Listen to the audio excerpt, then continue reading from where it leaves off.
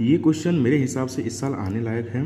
तो देखिए ये 6.9 थ्योरम है जिसमें बोला है कि सिद्ध करें कि त्रिभुज में यदि एक भुजा का वर्ग अन्य दोनों भुजाओं के वर्गों के योग के बराबर हो तो पहली भुजा के सामने का कोण समकोण होता है। तो देखिए एक्चुअली में बोला क्या है ना कि एक त्रिभुज है कि ए बी सी, जिसमें बोला है कि अगर एक भुजा का वर्ग मान लेते हैं कि AC का वर्ग है ना, AC का वर्ग जो अन्य दो भुजाओं के मतलब कौन सा भुजा BC का स्क्वायर प्लस AB का स्क्वायर इसके बराबर हो, तो हमें सिद्ध करना है ये क्या होगा, ये वाला जो कोण है ये 90 होगा।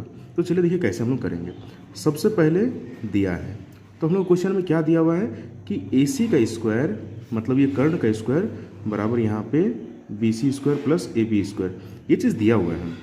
अब इसी कंडीशन को देख करके हमें प्रूफ करना है कि इसके सामने वाला कोण क्या होगा, 90 होगा। तो देखिए सबसे पहले हमें यहाँ पे क्या करना है, रचना करना है। तो रचना में क्या लिखेंगे कि हम लोग एक दूसरा त्रिभुज बनाएंगे जिसमें लिख देते हैं कि जो PQ है वो हम लोगों का AB के बराबर होगा, साथ ही साथ जो इसका QR है वो BC के बराबर होगा, मतलब ये इसके बराबर और ये वाला इसके बराबर। साथ ही साथ क्या है कि यहाँ पे जो Q है वो हम लोग कितना है, 90 डिग्री है ना। ऐसा एक त्रिभुज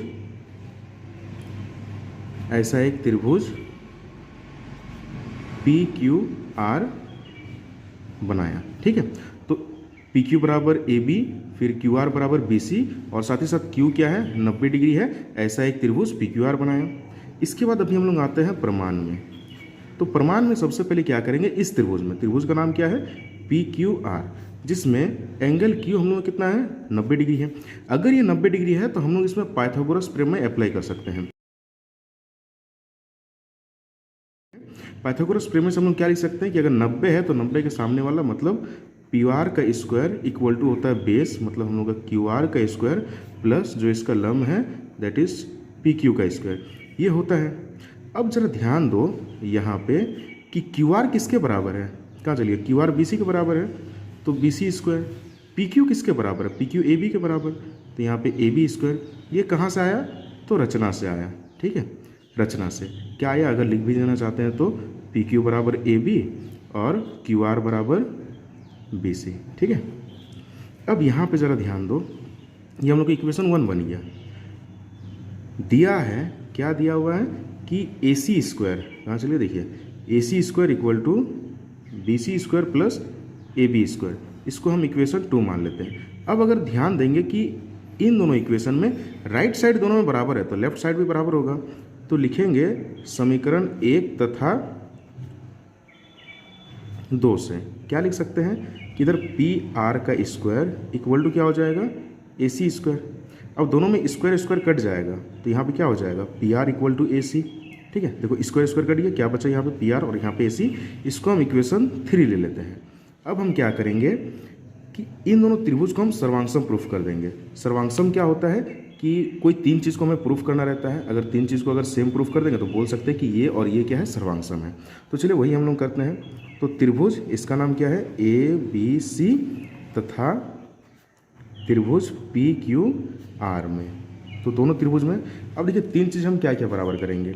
तो सबसे पहले देखिए यहाँ पे जो AB है, AB इसके PQ के बराबर है, देखो यहाँ से PQ के बराबर कहाँ से आया, तो रचना से। साथ ही साथ देखो इसका जो BC है वो किसके बराबर है, QR के बराबर, BC QR के बराबर, ये भी कहाँ से आया, रचना से, ठीक है। और एक चीज़ देखो, जो इसका AC है, AC किसके बराबर है, PR के बराबर है, ये कहाँ से आया, तो समीकरण 3 से। अब अगर आप ध्यान देंगे तो यहाँ पर देखो 3 चीज़ हम बराबर कर दिए, ये भुजा इसके साथ, ये भुजा इसके साथ और इस भुजा को इसके साथ हम बराबर कर दिए। तो हम बोल सकते हैं त्रिभुज ABC सर्वांगसम हो जाएगा त्रिभुज PQR का, कौन सा कसौटी से, साइड से, ठीक है।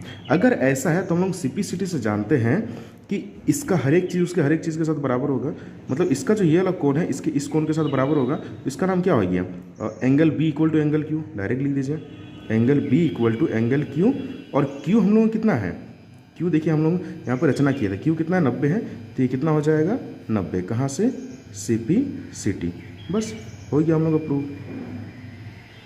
ठीक है, चाहे तो एक बार लिख दीजिए कि एंगल P = 90, हो गया, बस इतना ही है।